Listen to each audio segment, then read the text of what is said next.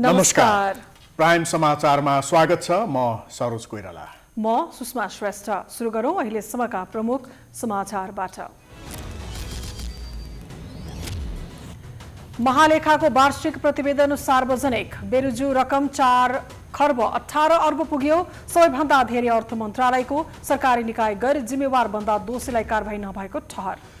14 सांसदलाई कारबाहीको माग गर्दै एमाले सांसदहरूद्वारा सभामुखको कार्यकक्ष घेराउ र धरना। माधव र महन्तद्वारा दलका लागि आयोगमा निवेदन। भदौ 9 गते टुङ्गो लगाउने। नेपाली कांग्रेसको क्रियाशील सदस्यता विवाद अझै टुङ्गिएन। भदौ 18 देखि सुरु हुनुपर्ने वडा अधिवेशन नियलमा मङ्सिरमा गर्ने भनिएको केन्द्रीय महाधिवेशन पनि धरापमा।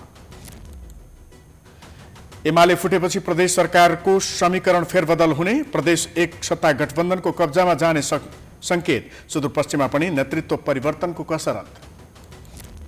शुक्रबार 3042 जनामा कोरोना संक्रमण पुष्टि। 26 जनाको मृत्यु। 714 जना आइसियु र 171 जना भेन्टिलेटरमा।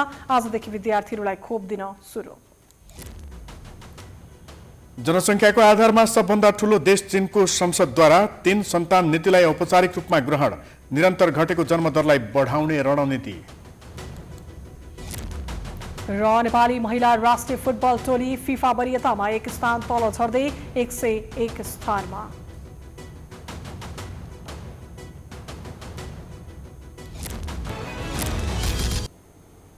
अब समाचार विस्तारमा। बजेट रकम खर्च हुन नसक्ने समस्या एकातिर छ भने बेरोजुको समस्या अर्कोतिर। बेरोजु रकम जति बढे पनि सरकारले कसैलाई कारबाही गर्न सक्दैन। रकम बेरोजु हुनु भनेको भ्रष्टाचार नै हो। आर्थिक वर्ष 2076-77 सम्म बेरोजु रकम 4 खर्ब 18 अर्ब 85 करोड रुपैयाँ पुगेको छ। एक रिपोर्ट। महालेखा परीक्षक कार्यालयले 58औं प्रतिवेदन सार्वजनिक गरेको छ। कार्यालयले वार्षिक प्रतिवेदन राष्ट्रपति विद्यादेवी भण्डारी समक्ष पेश गरेको हो। सो प्रतिवेदन अनुसार आर्थिक वर्ष 2076-77 को अन्तिम लेखा परीक्षणमा 4 खर्ब 18 अर्ब रुपैयाँ बेरोजु देखिएको छ। यो 0.13% अर्थात् 53 करोडले बढेको हो।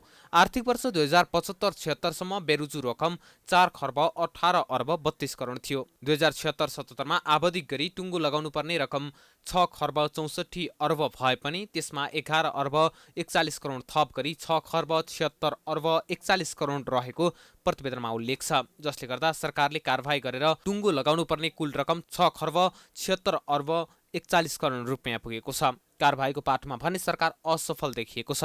राज्यका निकायहरू नै जवाफदेही नहुँदा अनियमितता र बेरोजु नियन्त्रण हुन नसकेको महालेखा परीक्षकको कार्यालयको ठहर छ। महालेखा परीक्षकको प्रतिवेदनप्रति खर्च गर्ने निकाय हैन अथवा सरकारका निकायहरूले चाहिँ त्यसलाई गम्भीरतापूर्वक लिएनन् भन्ने नै हो हैन। बारम्बार सुझावहरू दिएका छन् हैन। कुनै कुराहरू हामीले कानुनभन्दा बाहिर गएर भएको खर्चहरू कि कानुन बनाएर खर्च गर कि त्यस्ता खर्च नगर भनेर भन्ने हो। ती कुराहरू पनि हुँदैनन् र हामीले सोही ब्यौराका चाहिँ बेरोजुहरू प्रत्येक वर्ष चाहिँ हामीले दोहोऱ्याइरहँदाखेरि पनि त्यसले कुनै सुधार नहुनुको कारण चाहिँ पहिलो कारण के हो भनेपछि त्यसमा जवाबदेहिताको चाहिँ कमी छ। सबैभन्दा धेरै अर्थ मन्त्रालयको बेरोजु रहेको छ। त्यसपछि भौतिक पूर्वाधार तथा यातायात मन्त्रालयको बेरोजु रहेको छ। कुनै पनि मन्त्रालयको हिसाब किताब पारदर्शी हुन सकेको छैन। यो पटक सङ्घ, प्रदेश, स्थानीय तह, सङ्गठित संस्था, समिति र अन्य संस्था समेतको गरी 53 खर्ब 27 अर्ब 91 करोड रुपैयाँको लेखा परीक्षण भएको छ। 3079 सङ्घीय सरकारी निकाय र कार्यालयको 15 खर्ब 55 अर्ब 81 करोडको लेखा परीक्षण गरिएकोमा 44 अर्ब 39 करोड अर्थात् 2.86% बेरोजु देखिएको छ। प्रदेश अन्तर्गतका 1019 निकाय तथा कार्यालयमा लेखा परीक्षण गराउँदा 2 खर्ब 37 अर्ब मध्ये 6 अर्ब 50 करोड अर्थात् 2.74% बेरोजु देखिएको छ। 584 समिति तथा अन्य संस्थाको 1 खर्ब 63 अर्ब 57 करोडको लेखा परीक्षणमा 12 अर्ब 66 करोड अर्थात् 7.74% बेरोजु फेला परेको छ। यसैगरी 679 स्थानीय तह, 5 बक्यौता समेत गरी 8 खर्ब 15 अर्ब 79 करोड बराबरको लेखा परीक्षणमा 40 अर्ब 83 करोड अर्थात् 5% बेरोजु भेटिएको छ। यसैगरी 81 सार्वजनिक संस्थानको 25 खर्ब 55 अर्ब 13 करोड रुपैयाँ र सङ्गठित संस्थाको 11 खर्ब 20 अर्ब 79 करोडको लेखा परीक्षण गरिएको प्रतिवेदनमा उल्लेख छ। नेकपा एमालेको 14 जना सांसदलाई कारबाही गर्ने कुराले सभामुखसँगको सम्बन्ध बिग्रदै गएको छ। हिजो र आज एमालेको केही सांसदहरू पालैपालो सभामुखको कार्यकक्षमा पुगेर 14 जनालाई निष्कासन गरिहाल्न दबाब दिइरहेका छन्। उता सभामुखले भने अध्ययन गरिरहेको बताएका छन्। एक रिपोर्ट।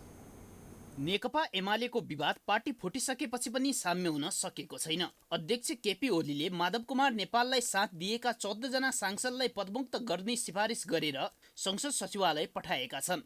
तर सभामुख अग्नि सापकोटाले उक्त सिफारिस अध्ययन गरिरहेका छन्। यही बीच माधव नेपालले नयाँ दल गठनका लागि निर्वाचन आयोगमा निवेदन दिइसकेका छन्। यस्तो अवस्थामा ओली र माधव नेपाल बीचको विवादमा सभामुख सापकोटा पनि परेका छन्। सापकोटाले नेपाललाई सहयोग गर्न सक्ने आशंकाका कारण ओली पक्षले 14 जना सांसदलाई तत्काल पदमुक्तको सूचना प्रकाशित गर्न सभामुखलाई दबाब दिइरहेका छन्। 4 दिन 5 दिन भइसक्यो। कुन नियतका साथ हो सभामुखले सूचना किन टाँस नगर्नुभएको? तपाईँ संविधान किन तोड्दै हुनुहुन्छ? नियमावली किन उल्लङ्घन गर्दै हुनुहुन्छ? ऐनको बरखिलाफ किन जाँदै हुनुहुन्छ? दलीय व्यवस्थाको विरुद्ध किन जाँदै हुनुहुन्छ भनेर हामीले उहाँसँग जान्न खोजेको र हिजो हामी 10 बजे आउँछौँ भनेको थियौँ। आज आउनु भएन उहाँ। शुक्रबार सचेतक शान्ता चौधरी, पूर्व मन्त्रीहरू खगराज अधिकारी, गोकुल बास्कोटा, लालबाबु पण्डित लगायतका नेताहरू सभामुखको कार्यकक्षमा पुगेका थिए। तर अघिल्लो दिन नै वातावरण बिग्रिएपछि शुक्रबार भने सापकोटाले भेट्न चाहेनन्। सभामुख सापकोटा नआएपछि उनीहरू फर्किएका थिए। सभामुख नआएपछि फोनबाटै कारवाहीको प्रक्रिया अघि बढाउन भनेको सचेतक चौधरीले बताइन्। सभामुख दलको कार्यकर्ता नभएको र सस्ता भएको भन्दै पदको मर्यादा नभुल्न ओली पक्षले चेतावनी दिएको छ। नेकपा एमाले का सांसदहरूले जे गतिविधि गर्नुभयो त्यसका लागि नेकपा एमाले जे निर्णय गर्यो त्यसलाई चाहिँ अहिले सभामुखज्यूले चाहिँ अब सभामुख भनेको एउटा कुनै व्यक्ति होइन, एउटा कुनै पार्टीको कार्यकर्ता होइन, उहाँ सिङ्गो संस्था हो। उहाँले चाहिँ अहिले नेकपा एमालेप्रति जसरी बायस भएर जान खोज्नु भएको छ, यो त नेकपा एमालेको लागि कुनै पनि हालतमा मान्य हुँदैन। अब उहाँले हामीलाई आज पनि अब फोन मार्फत भए पनि विश्वस्त त गराउनु भएको छ। ओली पक्षले 14 जना सांसदलाई जसरी पनि पदमुक्त गर्न खोजिरहँदा कानुनी प्रश्न पनि उठ्ने भएको छ। 14 जना सांसदहरूले यदि आफूहरूलाई हटाइए सर्वोच्च अदालतमा मुद्दा हाल्ने चेतावनी दिइरहेका छन्। कानुनका जानकारहरूले पनि सभामुखलाई अनावश्यक दबाब दिनु गलत भएको बताएका छन्। कुनै दलबाट सांसदलाई पदमुक्त गर्न सिफारिस भए पनि सभामुखले अध्ययन र परामर्श गर्न पाउने वरिष्ठ अधिवक्ता दिनेश त्रिपाठी बताउँछन्। यो सभामुखको कार्यकक्षमा गएर त्यसरी हुल हुज्जत गर्न मिल्ने होइन। सभामुखलाई त्यसरी अनड्यू प्रेसर पनि दिन मिल्दैन। हाउसको इन्टरनल प्रोसिडिङ, हाउसको प्रोसिडिङलाई कसरी म्यानेज गर्ने त्यसको फाइनल अथोरिटी भनेको सभामुख नै हो। सभामुखले लाई चाहिँ कन्स्टिट्युसनले पनि र नियमावलीले पनि इम्पावर गरेको छ। उहाँ चाहिँ के छ भने पार्लियामेन्टको चाहिँ हेड हो, उहाँ चाहिँ प्रतिनिधि सभाको चाहिँ के छ भने हेड हो। त्यसनिम्ति के छ भने अब यो चाहिँ सभामुखको प्रेरोगेटिभ हो, सभामुखले त्यसमा रुलिङ दिन सक्छ। ओली निकट नेताहरू दिनहुँ सभामुख अग्निप्रसाद सापकोटालाई भेटेर माधव नेपाल लगायत यसअघि पार्टीले हटाएका 14 जना सांसदलाई पदमुक्त गर्न दबाब दिइरहेका छन्। बिहिबार मुख्य सचेतक विशाल भट्टराई लगायतका नेताहरूले सभामुख सापकोटालाई भेटेका थिए। बिहिबारको भेटमा ओली पक्षबाट गएका महेश बस्नेत लगायतका सांसद र सभामुख सापकोटा बीच भनाभन्दै भएको थियो। सरकारमा रहँदा संविधान, नियम र कानुनको धज्जी उडाएका नेकपा एमालेका अध्यक्ष केपी शर्मा ओलीको दम्भमा अहिले पनि कुनै कमी आए जस्तो देखिँदैन। आफूले निष्कासन गरेका 14 सांसदलाई कारबाही गरिहाल्न ओली पक्षका नेताहरूले सभामुख अग्निप्रसाद सापकोटालाई दबाब दिनु कानुनी आधारमा गलत छ। के सत्ताबाट बाहिरै पनि ओली अहिले पनि मुलुकको सारा संयन्त्र आफ्नै इसारामा चलाउन उद्धत भएकै हुन् त? एक रिपोर्ट। सत्तामा रहँदा राज्य संयन्त्रमा कब्जा जमाएका एमाले अध्यक्ष केपी शर्मा ओली बालवाचारबाट बालकोट फर्किसकेका छन्। तर राज्य संयन्त्रमाथि रजाई गर्ने उनको सोचमा अहिले पनि रत्ती भर परिवर्तन नआएको उनका कार्यहरूले प्रष्ट पार्दै आएको छ। प्रधानमन्त्री हुँदा आफूले गरेका सिफारिसलाई छेडभरमै पारित गराउने बानी परेका ओलीले आफूलाई साथ नदिएका सांसदहरूलाई कारबाही गर्न सभामुख अग्निप्रसाद सापकोटालाई पनि दबाब दिन थालेका छन्। गत वैशाख 10 गते प्रधानमन्त्रीका रूपमा प्रतिनिधि सभामा विश्वासको मतमा हार बिहोर्दा आफूलाई असहयोग गर्ने मध्ये 14 सांसदलाई सांसदबाट हटाउन एमाले झण्डै 4 महिनापछि भदौ 2 गते मात्र संसदलाई पत्र लेखेको थियो। सरकारले दल विभाजन सम्बन्धी अध्यादेश ल्याएपछि क्रोधित बनेका ओलीले माधव नेपाल पक्षको सेखी झार्न नेता नेपाल सहित 14 सांसदलाई हटाउन पत्र लेखेका हुन्। सत्तामा रहँदा राष्ट्रपतिदेखि लिएर संवैधानिक आयोगसम्म आफ्ना जायज नाजायज हरेक विषयमा तत्काल निर्णय गराउने गरेका ओलीले अहिले पनि राज्य संयन्त्रलाई दबाब दिन छाडेका छैनन्। आफू अनुकूल निर्णय नहुँदा अदालतदेखि संवैधानिक आयोगसम्मलाई गाली गरेर नथाक्ने ओलीले अहिले सभामुखलाई दबाब दिएर व्यवस्थापिकाको कार्यक्षेत्रमा समेत हस्तक्षेप गरेका छन्। सभामुख न्यायाधीश होइन, सभामुखले छानबिन गर्ने फैसला गर्ने होइन। कुनै पार्टीले कसैलाई निकाल्छ कि निकाल्दैन त्यो कुरा निकाल्नु उपयुक्त छ कि छैन, न्यायाधीश होइन सभामुख। निष्कासन गरेको सूचना टाँसिदिने हो। सदन छ भने सदनमा सुनाउने, सदन चलिरहेको छैन भने सूचना पार्टीमा सूचना टाँस गर्नेसम्मको काम हो सभामुख। न्यायाधीश पल्टिने हो र माओवादी कार्यकर्ता भएर एमालेका विरुद्ध काम गर्ने हो, एमाले फुटाउने षड्यन्त्रमा सामेल हुने हो सभामुख। ओली मात्रै होइन, उनी निकट नेताहरू पनि अहिले सभामुख विरुद्ध एकपछि अर्को गर्दै खनिरहेका छन्। सभामुखज्यू र सम्बन्धित निकायहरूको पक्षधर्ताका कारणले उहाँको पार्टी छोडेर आएका हाम्रो पार्टीतिर लागेका साथीहरूको पद भट्टाभट गएको छ, तर हाम्रो पार्टी छोडेर हुइप उल्लङ्घन गरेर गएका साथीहरूको पद चाहिँ बचाउने जुन खालको षड्यन्त्रमा लाग्नु भएको छ, यो कुराले एउटा संसदीय राजनीतिभित्र एउटा खिल्ली उठेको छ। अहिले पनि नेकपा एमाले कमजोर छैन। उनका कार्यकर्ताले सभामुखलाई चेम्बरमा नै गएर धम्क्याएको जस्तो विषयले उनी लोकतन्त्रमा नभएर तानाशाही व्यवस्थामा रुचि राख्छन् भन्ने पनि पक्का भएको छ। साथै ओलीको यो स्वभावले मुलुकमा उनी भन्दा अर्को कुनै नेताको अस्तित्व समेत छैन भन्ने उनको मानसिक दम्भलाई फेरि एकपटक बाहिर ल्याएको छ। एमालेबाट विभाजित भएको माधव कुमार नेपाल समूह र जसपाबाट बाहिरिएको महन्त ठाकुर समूहले आज आफ्नो पार्टीको नाम प्रस्ताव गरेका छन्। आयोगले शनाखत गरेर दल दर्तालाई आधिकारिकता दिनेछ। आयोगले 8 गतेपछि मात्रै टुङ्गो लगाउने तयारी गरेको छ। एक रिपोर्ट। नेकपा एमालेबाट अलगिएको माधव कुमार नेपाल समूहको पार्टी नाम परिवर्तन गर्दै नेकपा एकीकृत समाजवादी प्रस्ताव गरिएको छ। नेपाल समूहले यसअघि नेकपा एमाले समाजवादी प्रस्ताव गरेर दल दर्ताको निवेदन दिए पनि अर्कै दलसँग मिल्दोजुल्दो नाम राख्न नमिल्ने भएपछि राजेन्द्र पाण्डे लगायतका नेताहरू शुक्रबार निर्वाचन आयोग पुगेर नयाँ नाम नेकपा एकीकृत समाजवादी प्रस्ताव गरेका हुन्। नेता पाण्डेले निर्वाचन आयोगको परिमार्जित नियमावली अनुसार केही अनुसूची परिवर्तन गर्नुपर्ने भएकोले आयोगमा आएर सच्याइएको बताए। पार्टीको चुनाव चिन्हका बारेमा भने अझै टुङ्गो लाग्न नसकेको उनको भनाइ छ। अस्ति हामीले पेश गरेका केही बुँदाहरूमा हेरफेर गर्नुपर्ने स्थिति रहेछ। त्यो अनुसूचीको सिस्टम अनुसार त्यही अनुसूचीका हेरफेर गर्ने कामहरू गरेर हामी अस्ति ल्याएको कागजपत्रमा केही थप केही अस्पष्टतालाई स्पष्ट पार्ने आदि काम गर्यौँ। नेपाल कम्युनिस्ट पार्टी एकीकृत समाजवादी भयो। चुनाव चिन्हको बारेमा अहिलेसम्म पनि हामी टुङ्गोमा छैनौँ।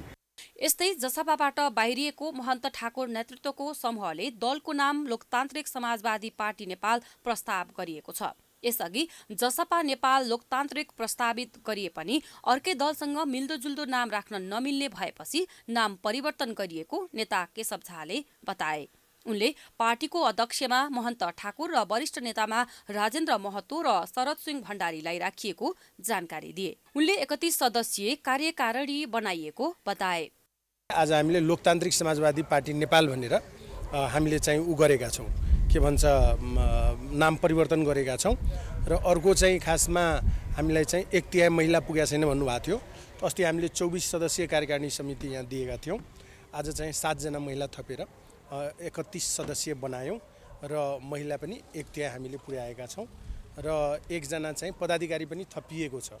निर्वाचन आयोगले दुवै दलका नेताहरूको शनाखत गरेपछि दल दर्तालाई आधिकारिकता दिने जनाएको छ। अब समयको कुरा चाहिँ यस्तो छ। अब समय चाहिँ कस्तो भने कानुनले 45 दिनको समय दिएको छ, तर 45 दिन नै लाग्नुपर्छ भन्ने पनि होइन।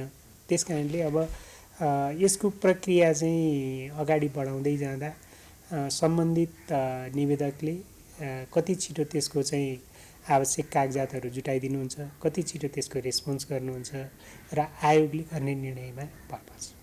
दुवै पक्षले भदौ 8 गते अघि नयाँ दलको प्रमाणपत्र नपाउने भएका छन्। शुक्रबार दर्ता शनाखत नटुङ्गिएपछि त्यो 8 गते अघि नटुङ्गिने भएको हो। लगातार सार्वजनिक बिदा परेकोले 8 गते अघि नै त्यो टुङ्गिने अवस्था नभएको हो। 6 गते रक्षाबन्धन, 7 गते गाई जात्रा परेकोले ती 2 दिन पनि निर्वाचन आयोग बन्द रहनेछ। त्यसैले आयोगले दुवै दल दर्ताका लागि शनाखत गर्न भदौ 9 गतेलाई बोलाएको छ। सत्तारूढ दल नेपाली कांग्रेसले आगामी मङ्सिर 9 देखि 13 गतेसम्म काठमाडौँमा गर्ने महाधिवेशनको कार्यतालिका सार्वजनिक गरेको छ। तर लामो समयदेखि चल्दै आएको क्रियाशील सदस्यता विवाद भने पूर्ण रूपमा टुङ्गिन सकेको छैन। सदस्यताको विवाद सुल्झाउने जिम्मा पाएको कार्यदलले सहमति नजिक पुगेको दावी गरे पनि विवाद भने कायम छ। एक रिपोर्ट। नेपाली कांग्रेसले 14औं महाधिवेशन आयोजनामा 5 पटक त कार्यतालिका नै परिमार्जन गरिसकेको छ। क्रियाशील सदस्यता विवाद समाधानमा भइरहेको ढिलाइले कांग्रेसको महाधिवेशन कार्यतालिका फेरि प्रभावित हुने आशंका बढेको छ।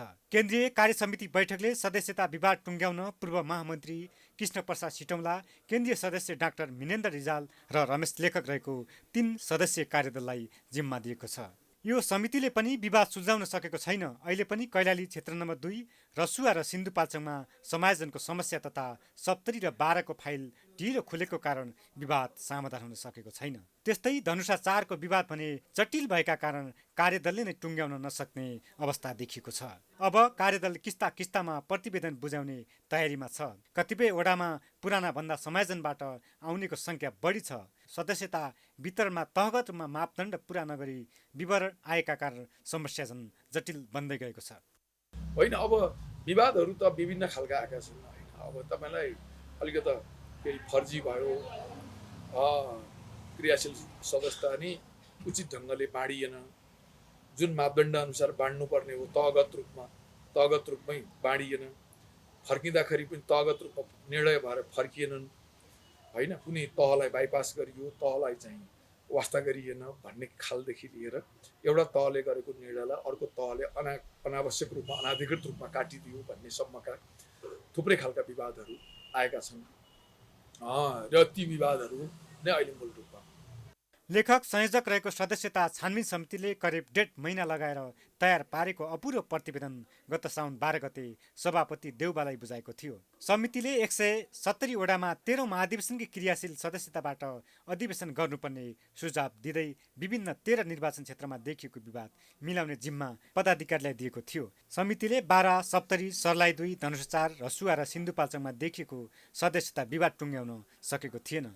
समितिले 12 र सप्तरीको त फाइल नै खोलेको थिएन भने अन्य क्षेत्र समायोजनको विवाद चर्को देखिएपछि सहमतिका लागि पार्टी पदाधिकारीलाई सिफारिस गरेको थियो। 70 र 12 को समस्या भनेको ढिलो आयो, फाइलै नखोलेको समस्या, त्यो छुट्टै समस्या। त्यसपछि गएर धनुषा 4 को समस्या भनेको विवादित समस्या, विवादको समस्या।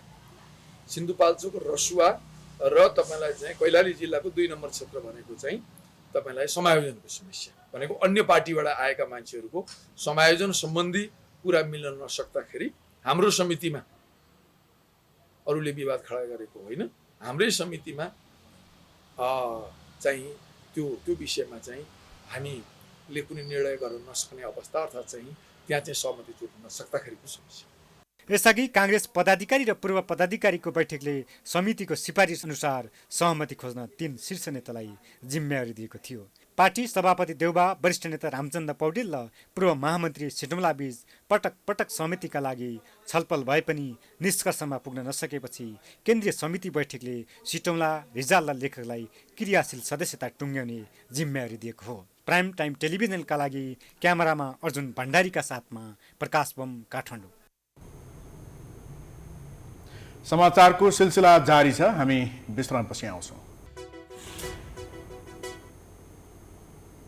विश्रामपछि स्वागत छ। अब बाँकी समाचार। एमाले विभाजन लगतै नयाँ पार्टी गठन प्रक्रियामा रहेको माधव नेपाल पक्ष प्रदेश सरकारको नेतृत्व परिवर्तनका लागि पर्ख र हेरको रणनीतिमा देखिएको छ। दल दर्ता प्रक्रिया टुङ्ग्याइदिएपछि मात्रै केन्द्रीय सदस्य संघीय संसददेखि सबै प्रदेशमा आफ्नो पार्टीमा लाग्ने सांसदहरूको संख्या यकिन हुने र त्यसपछि मात्र कांग्रेस, माओवादी सहितको गठबन्धनसँग मिलेर सरकार परिवर्तनको टुङ्गोमा पुग्न सहज हुने उक्त समूहको बुझाइ छ। अहिले नै एमाले विभाजनको असर बागमती प्रदेश र प्रदेश 1 मा देखिसकेको छ। एक रिपोर्ट। प्रदेश 1 एमाले संस्थापन पक्ष मुख्यमन्त्री परिवर्तन गरेर आफ्नै नेतृत्वमा सरकार बनाउने रणनीतिमा लागे पनि त्यसले मूर्त रूप पाएको छैन। विगतमा माधव समूहमा रहेका सांसदहरू समेत पर्ख र हेरको रणनीतिमा छन्। यस्तो अवस्थामा संस्थापन पक्षले अलमलमा रहेका सांसदलाई आफूतिर तान्न मुख्यमन्त्रीदेखि मन्त्रीसम्मको प्रलोभन दिइरहेको आरोप नेपाल पक्षको छ।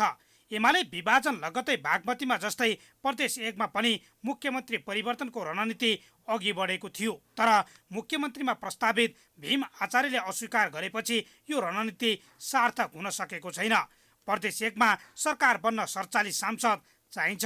विभाजन अघि एमाले एक्लैको 51 सांसद छन्। काङ्ग्रेसका 21, माओवादी केन्द्रका 15, जसपाका 3 र लोकतान्त्रिक मञ्च तथा राप्रपाका 1 सांसद छन्। विभाजनपछि 5 सांसद मात्रै नेपाल पक्षमा लागे पनि एमाले बहुमत गुमाउनेछ। आचार्यले अस्वीकार गर्दा मुख्यमन्त्रीमा नेपाल पक्षका खुलेका राजेन्द्र राईको पनि चर्चा बढेको छ। प्रदेश 1 मा विगतमा माधव निकट सांसदको संख्या 18 थियो। तीमध्ये अहिले पनि आफूसँग 15 सांसद रहेको माधव पक्षको दाबी छ। एमाले समाजवादीको दर्ता प्रक्रिया टुङ्गिएसँगै नेपाल पक्षका 15 सहित काङ्ग्रेस, माओवादी र जसपाको गठबन्धनको सरकार बन्ने सम्भावना छ। प्रदेश 2 मा जनता समाजवादी पार्टीको नेतृत्वमा नेकपा माओवादी केन्द्र र नेपाली काङ्ग्रेस सम्मिलित सरकार छ। जसपा माओवादी काङ्ग्रेस गठबन्धनसँग स्पष्ट बहुमतमा रहेकाले यहाँ एमाले विभाजनको कुनै असर देखिँदैन। यहाँ एमालेका 21 सांसद छन्। तीमध्ये 13 सांसद आफूतिर रहेको माधव नेतृत्वको पार्टीका नेताको दाबी छ। बाँकी 8 सांसद भने ओली नेतृत्वको एमालेमै रहेको नेकपा समाजवादीका नेताहरूले दाबी गरेका छन्। तर महन्त ठाकुरले दल दर्ताको औपचारिकता पाएपछि यो प्रदेशमा पनि सत्ता परिवर्तनको चलखेल नहोला भन्न सकिँदैन। बागमती सत्तारोहण लगत्तै सङ्कटमा अष्टलक्ष्मी।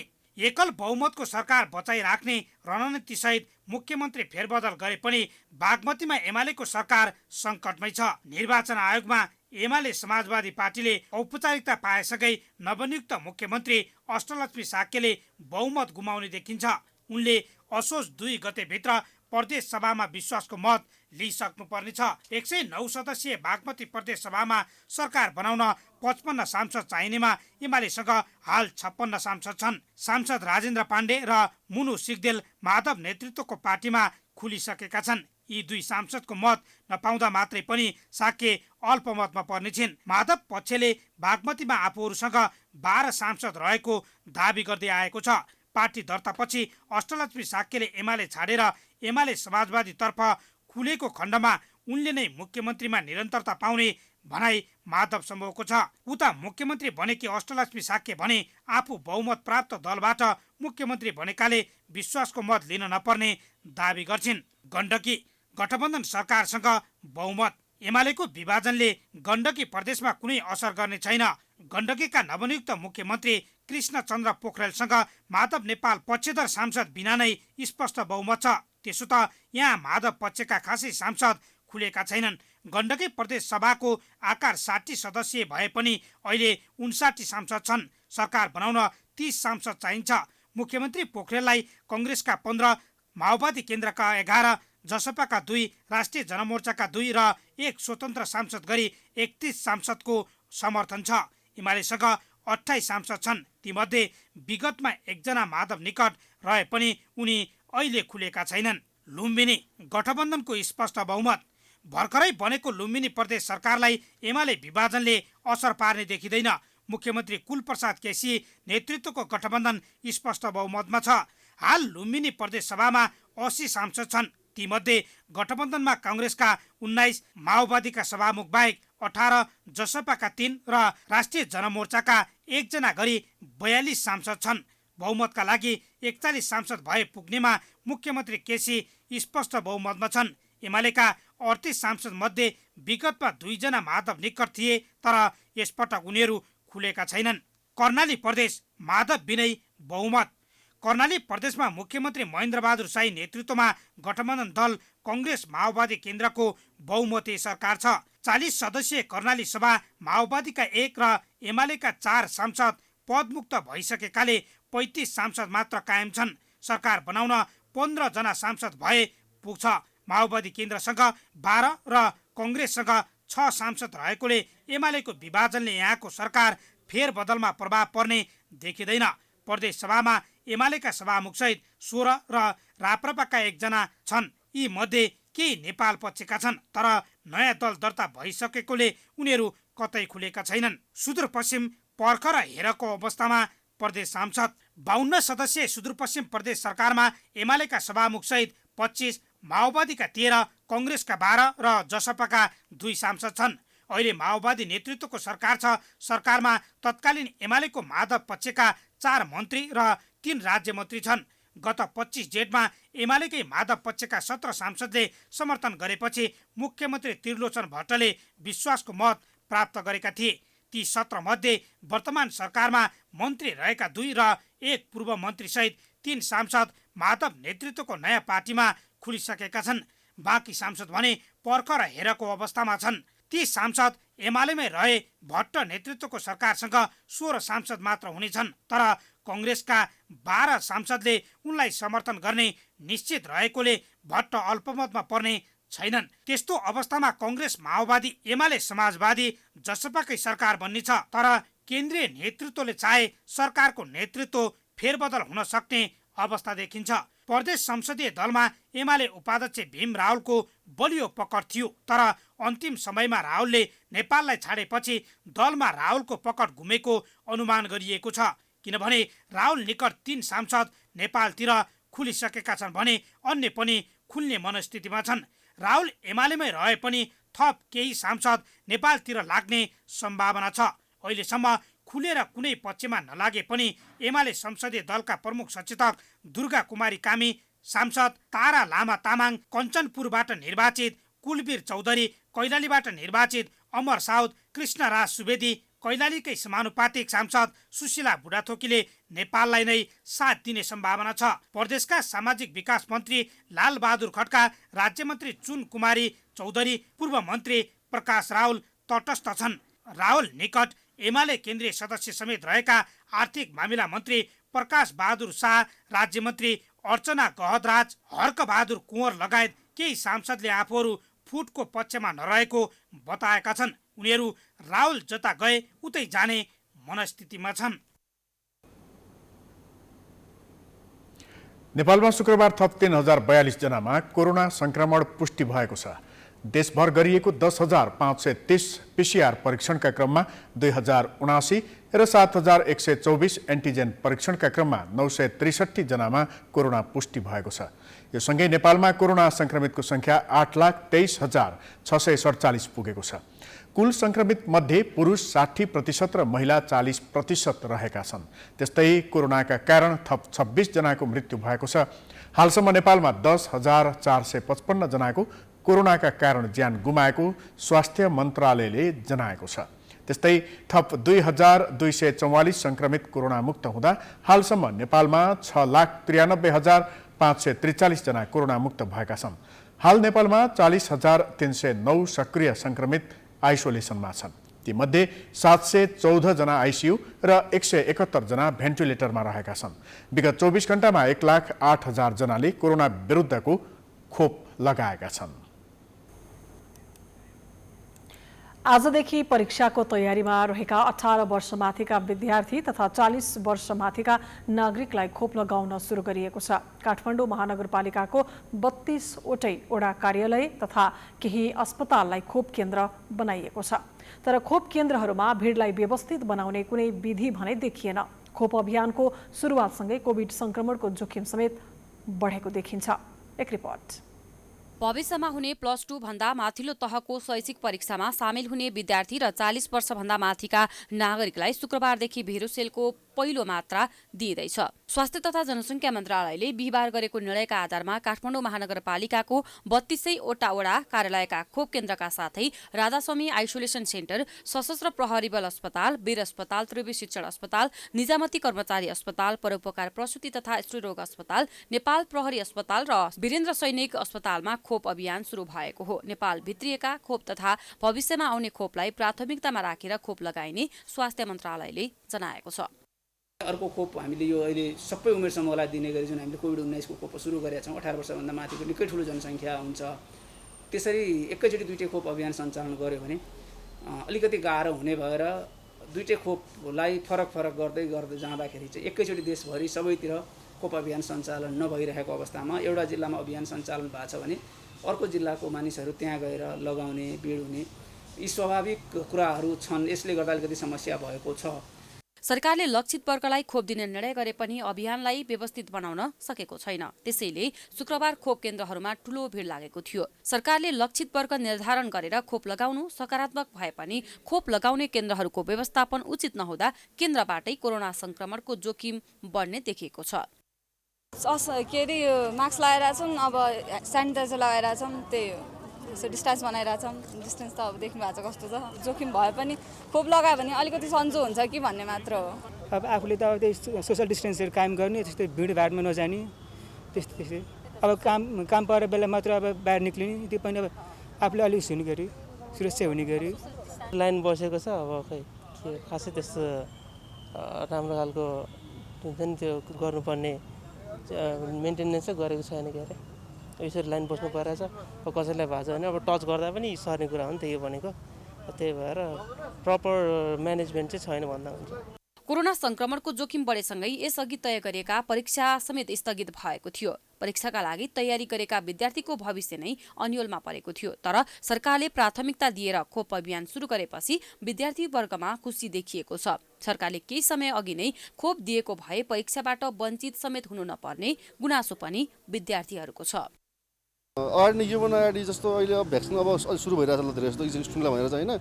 अब योभन्दा अस्ति पनि विरोधहरू भयो होइन, भ्याक्सिन नलाएर चाहिँ इक्जाम सुरु गर्यो। टियुले अरू युनिभर्सिटीहरूले पनि भ्याक्सिन नलाइकन अगाडि नै अलि भ्याक्सिन नलाइकन स्टुडेन्टलाई चाहिँ इक्जामको रुटिन निकाल्यो होइन। अनि त्यसले गर्दा स्टुडेन्ट के भयो भने अब कोभिड लागेको स्टुडेन्टहरू पनि जानु बाध्य भयो इक्जाम दिन होइन। मैले पनि न्युजमा सुनेको थिएँ, हेरेको थिएँ रिपोर्टहरू। त्यही भएर चाहिँ अब भ्याक्सिन लाउन सुरु गरेपछि चाहिँ के हदमा कन्ट्रोल हुन्छ कि भन्ने आशा छ। शुक्रबारदेखि खोप लगाउने विद्यार्थीले परीक्षाको प्रवेश पत्र तथा परिचय खुल्ने कागजात समेत अनिवार्य रूपमा लिएर जानुपर्नेछ। तोकिएका लक्षित समूहले महानगरभित्रका केन्द्रमा शुक्रबार, शनिबार र आगामी मंगलबार गरी 3 दिन खोप लगाउन पाउनेछन्।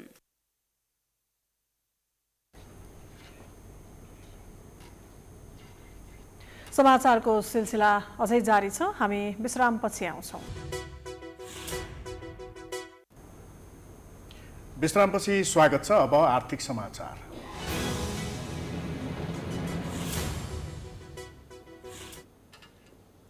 नेपालमा कुल नागरिक मध्ये 76.34% वित्तीय पहुँच पुगेको राष्ट्र बैंकको एक अध्ययनले देखाएको छ। राष्ट्र बैंकले शुक्रबार सार्वजनिक गरेको वित्तीय पहुँच सम्बन्धी अध्ययन प्रतिवेदनले यस्तो देखाएको हो। 2078 असारसम्म यस्तो पहुँच करिब 61% थियो। यो बैंकमा रहेको निक्षेप खाताका आधारमा मात्र हो। यो अध्ययनमा लघु वित्त र अन्य सङ्घ संस्थाबाट वित्तीय सेवा लिएका नागरिकलाई समावेश गरिएको छैन। प्रदेशगत रूपमा सबैभन्दा बढी बागमती प्रदेशमा प्रति 1000 व्यक्ति 1802 र कर्णाली प्रदेशमा सबैभन्दा कम प्रति 1000 व्यक्ति 458 खाता रहेका छन्।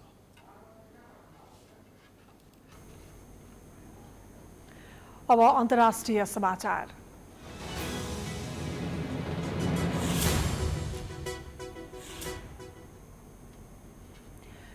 चीनको संसदले 3 सन्तान नीतिलाई शुक्रबार औपचारिक रूपमा ग्रहण गरेको छ। जनसङ्ख्याको आधारमा संसारको सबैभन्दा ठूलो देशमा जन्मदर स्वाट्टै घटेकाले त्यसलाई रोक्न चीनले अपनाउँदै आएको नीतिमा परिवर्तन गरिएको हो। संशोधन गरिएको जनसङ्ख्या तथा परिवार नियोजन कानूनले चिनिया दम्पतिलाई 3 सन्तानसम्म जन्माउने अनुमति दिएको छ।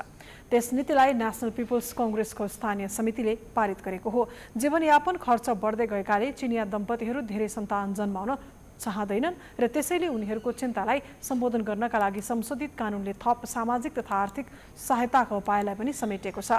नयाँ कानून अनुसार देशले वित्तीय क्षेत्र, कर, बिमा, शिक्षा, बसोबास र रोजगारीमा सहयोग गर्नेछ। यसले गर्दा परिवारलाई बच्चा हुर्काउन तथा शिक्षा दीक्षामा हुने खर्च घटाउने चाइना डेलीले जनाएको छ।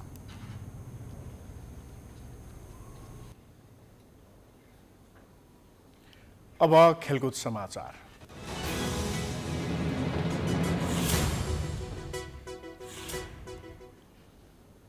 नेपाली महिला राष्ट्रिय फुटबल टोली फिफा वरियतामा एक स्थान तल झरेको छ। विश्व फुटबल महासंघ फिफाले शुक्रबार जारी गरेको अगस्तको वरियतामा नेपाल 101 स्थानमा रहेको छ। यसअघि जुनमा भएको वरियतामा नेपाल 100औं स्थानमा थियो। कोरोना महामारीका कारण महिला टोलीले पछिल्लो 1.5 वर्षभन्दा लामो समयदेखि अन्तर्राष्ट्रिय फुटबल खेलेको छैन। पछिल्लो पटक स्वदेशमै आयोजना भएको 13औं दक्षिण एसियाली खेलकुद सागमा नेपाली टोलीले रजत पदक जितेको थियो। पोखरामा भएको प्रतियोगिताको फाइनलमा नेपाली टोली भारतसँग पराजित भएको थियो। अहिले भने महिला टोली एसिया कप छनौटको तयारीमा जुटेको छ।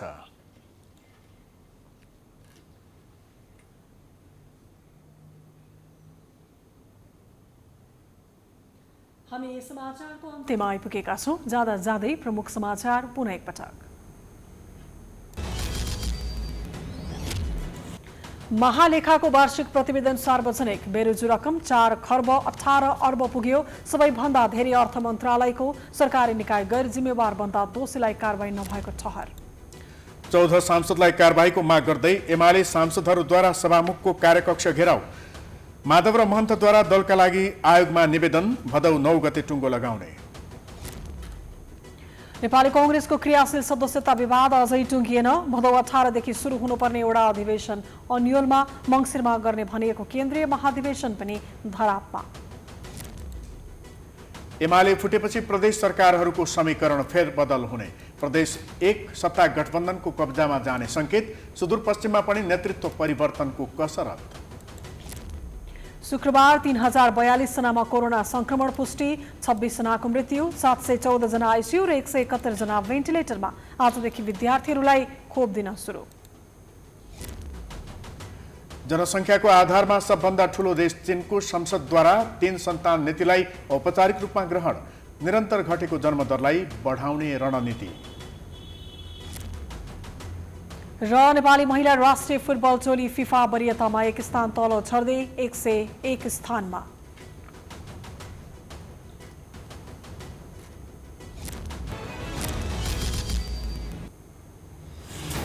समाचार अहिलेलाई यसपछिको प्रस्तुति जनता जान्न चाहन्छन् ऋषि धमलाको साथमा। हेर्दै गर्नुहोला प्राइम टाइम्स टेलिभिजन। नमस्कार।